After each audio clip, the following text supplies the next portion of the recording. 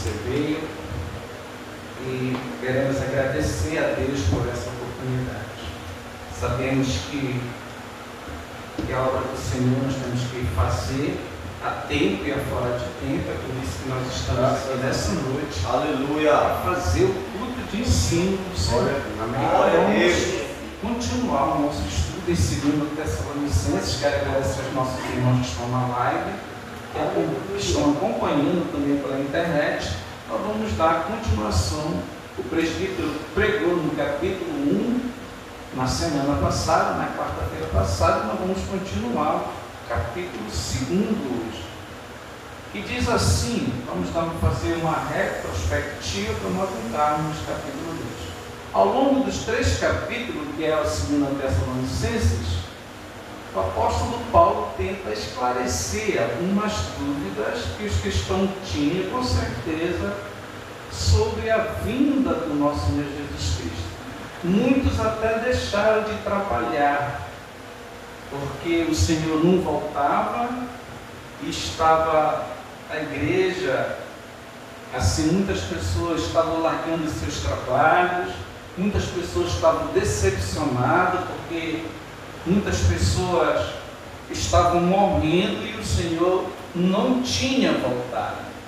Então Paulo, ele escreve essa segunda carta justamente para consertar esses erros doutrinários, até porque os falsos mestres estavam ensinando a igreja doutrina errada. Por isso que Paulo vai explicar sobre o dia do Senhor e o que acontecerá quando o Senhor voltar a essa terra, o que vai acontecer para que ninguém seja enganado.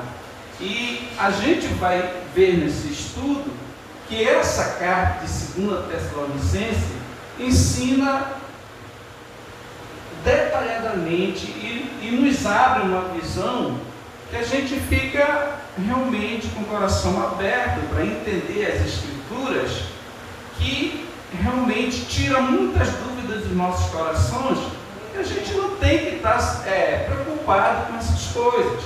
O importante é a gente fazer a obra do Senhor a tempo e a fora de tempo, como Paulo sempre ensinou a Timóteo, os seus obreiros, e fazer. Paulo diz assim, olha, ninguém de maneira alguma vos engane, porque não será assim a vinda do nosso Senhor Jesus Cristo.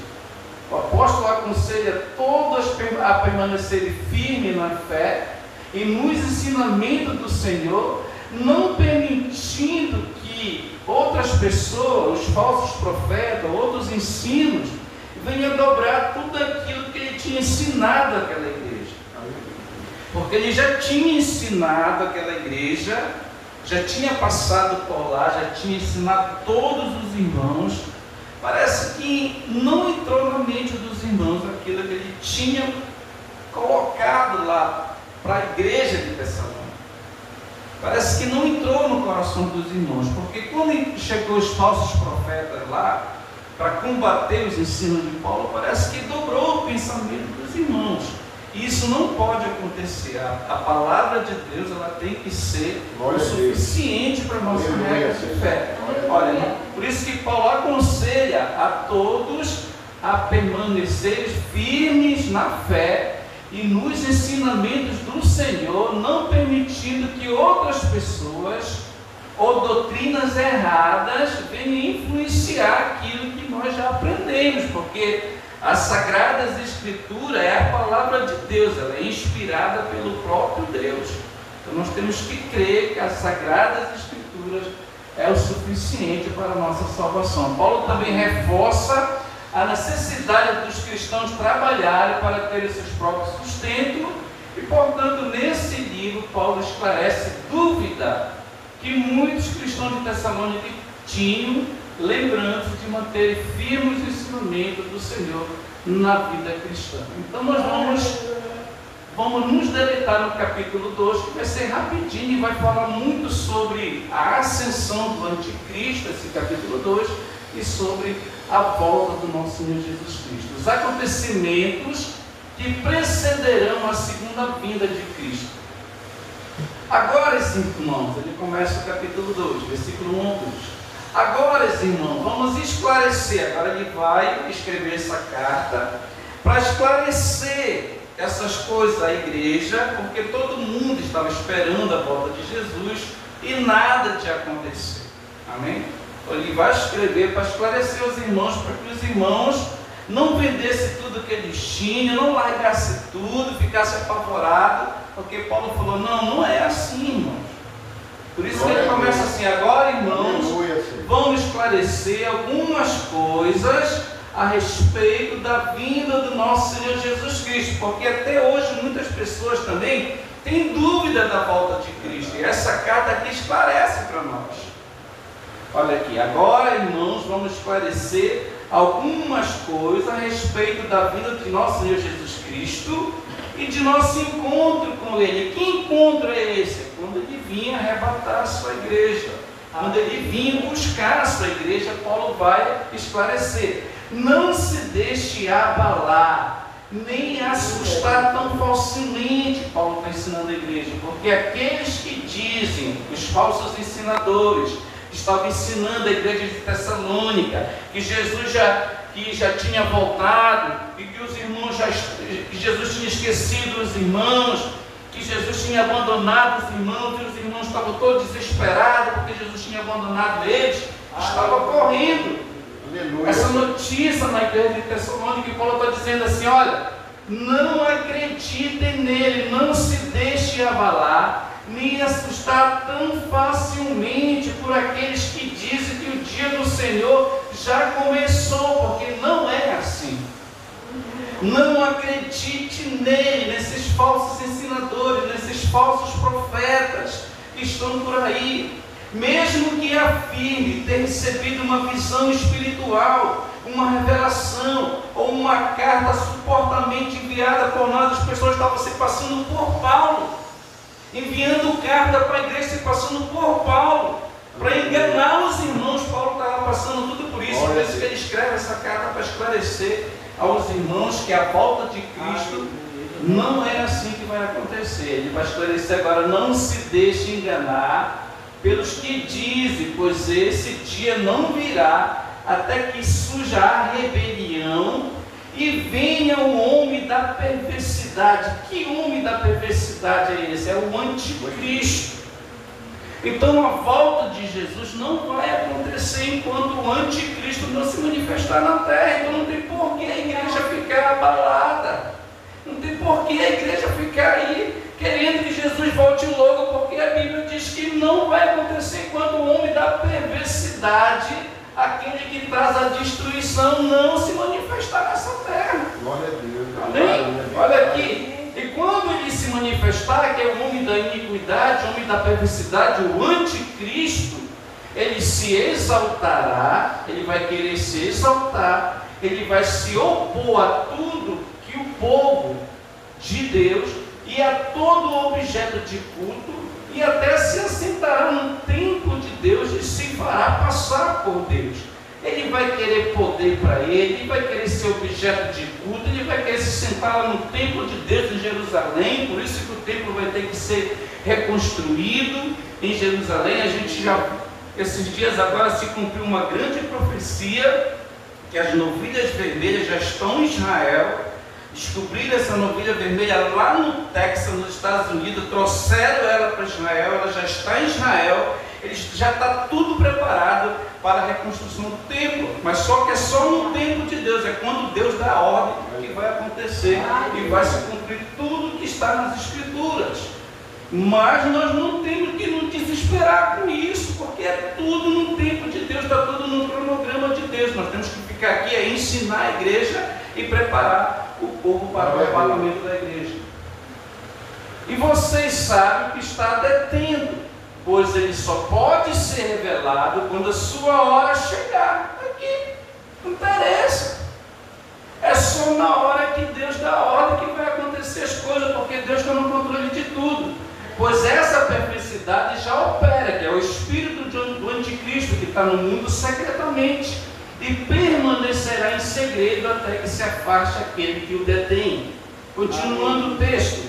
Então o homem da perversidade, que é o anticristo, será revelado, mas o Senhor Jesus o matará de sua boca e destruirá com o esplendor da sua vinda. Glória a Deus. Então vai ser um dia muito glorioso. O anticristo, ele vem sim, ele vai reinar nessa terra 7 anos, vai ser 3 anos e meio de paz, e 3 anos e meio ele vai se revelar, mas Cristo vem e destrói ele. Cristo vem dar vitória para a sua igreja. Esse homem virá para realizar o trabalho de Satanás com poder, sinais e falsas maravilhas, e com todo tipo de mentira, porque ele é o pai da mentira perversa, para enganar os que estão caminhando para a destruição. Pois se recusar a amar e aceitar a verdade que os salvaria, que as pessoas hoje não querem aceitar a verdade de Deus, portanto Deus fará que sejam enganados, e eles crerão na mentira de Satanás. Então serão condenados por ter prazer no mal em vez de crer na verdade. Por quê? Porque hoje o Evangelho está sendo pregado. Hoje Deus está dando chance para quê? Para que o homem venha se arrepender.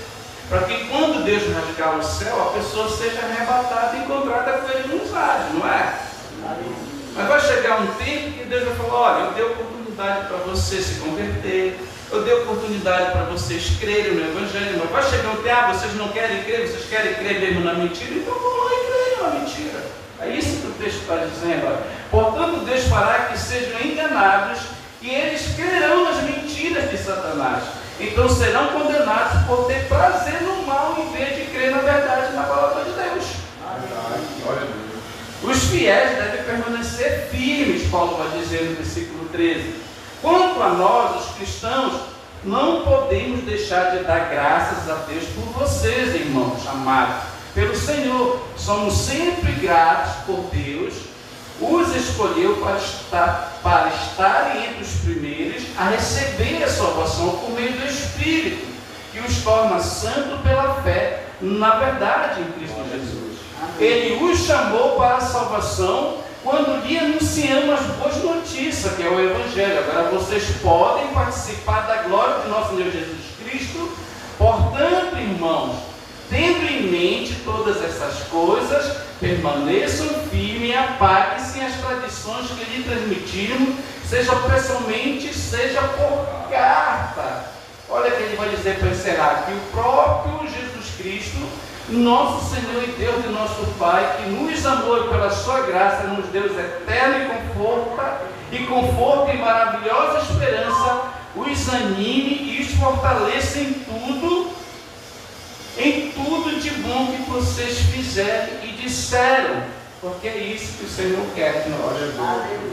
Que a gente se fortaleça, irmão. Olha, que o próprio Jesus Cristo, nosso Senhor e Deus Pai, que nos amou e pela graça nos deu eterno conforto, maravilhosa esperança, que é a sua volta, os anime e os fortaleça em tudo de bom que vocês fizerem e disserem. Amém? Vamos ficar de pé. Até aí, foi rapidinho. Olha, atenção, os irmãos, vamos orar nessa noite pela nossa família.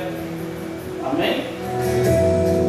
Maravilhoso Deus, queremos te agradecer nessa noite por essa palavra, por esse ensino, meu Pai. Queremos te apresentar nessa noite a nossa casa, a nossa família. Queremos te apresentar nessa noite no teu altar todas as famílias que estão aqui conosco, meu Pai. A tua palavra diz que todos os dias somos levados como matador, meu Pai. Somos levados como ovelhas para o matador dos demônios. Mas a tua palavra diz, Senhor, que nós somos lavados pelo teu sangue, e que nenhum mal, Senhor, pode suceder sobre a nossa carne. Que possamos, meu Pai, sempre manter por carne, que possamos orar, que possamos te buscar a tua presença, meu Pai, para que nada dentro do nosso lar, da nossa casa, venha nos atingir.